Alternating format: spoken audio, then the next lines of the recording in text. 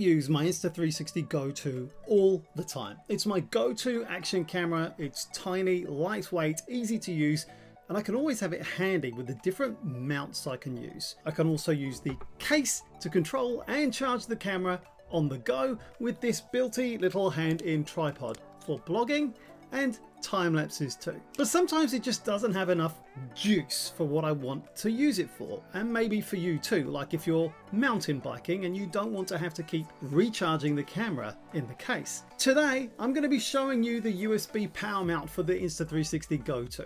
I'll talk about its features, what you might use it for, its limitations, including one that could severely limit how you use this accessory, and how I used it to make an awesome one-touch Starlapse, and how you can do the same too. One touch. I'm not kidding. Once you're set up, it's incredibly simple to get amazing results just like this here.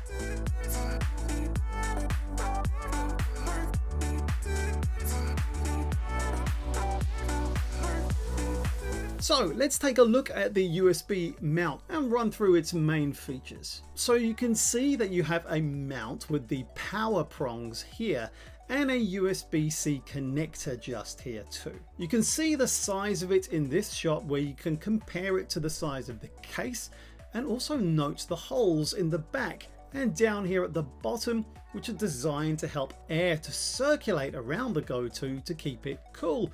I'm guessing that's why they're there anyway. More about that later when I talk about potential limitations. I don't think they're there to let water drain away, and it's worth noting that it's a reasonably cheap accessory coming in at around $20 US, and it's not waterproof.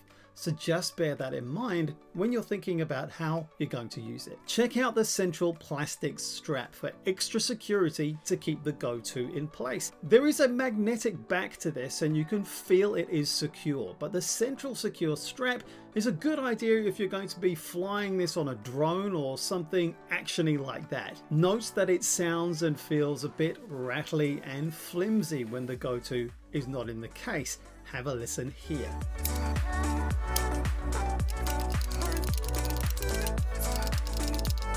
But when the Go 2 is in place, it's a snug and tight fit, and that rattle just disappears. So if you're going to be using this on a bike or something like that, it gives you a bit more security, even if you're not connecting it to an external power source. And there's no problem triggering the camera capture by pressing the button on the Go 2 itself. The power mount and the strap doesn't obstruct this. Of course, you can control capture through the app or the case, remote control as you would usually do. The connector to whatever device you're using it with are standard action camera prongs, which are easy and convenient, but you can also secure it to a 3.5mm adapter like this if you want to fix it to a tripod or other mount that needs it. So what can you use this mount for? Well, when I first heard about it, creating a Starlapse jumped out at me, so let me show you my setup for that real world usage. Here's how I made my Starlapse. The sun is going down and I've set up the USB mount up on top of this tripod looking out over the sea from our deck here. You can also see that I've weighted down the tripod with an iron weight just to make it more stable and less likely to wobble or blow over should the wind pick up during the night. I've also checked the weather forecast and it's looking clear and dry tonight. And I've used an awesome app called Photo Pills and an augmented reality feature here, so I can see just where the Milky Way will be in the direction I am pointing the camera, to give myself the best chance of getting a good, interesting Starlapse. You can see where it's going to be here in this screen recording, and I'm scrolling through to the future, and so I can also set the direction of the camera. Now, with an f2.2 aperture lens and a small sensor, you're going to need to give yourself the best chance of being able to capture with as little light pollution as possible. Now, I can't avoid the backlighting of a street light across the road to the back of the camera, but I can turn off the indicator light for the camera, which would ruin the shot. You can do this on the remote control setting like this.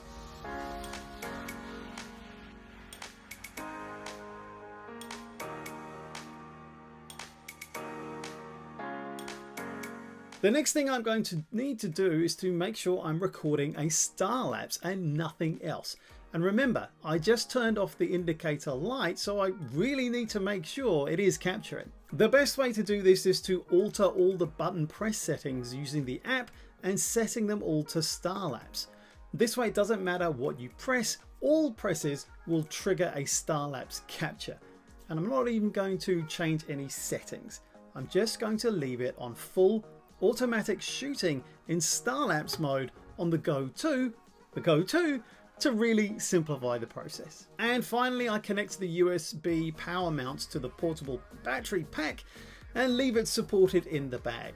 And then I wait till dusk and trigger the Starlapse by just pressing the button on the camera. Simple, and it started recording. And remember, with that Starlapse, you can export it with star trails and without them too. Take a quick look at what the Go 2 achieved with the one-touch Starlapse recording setup, and stay watching for the limitations of the USB power mount.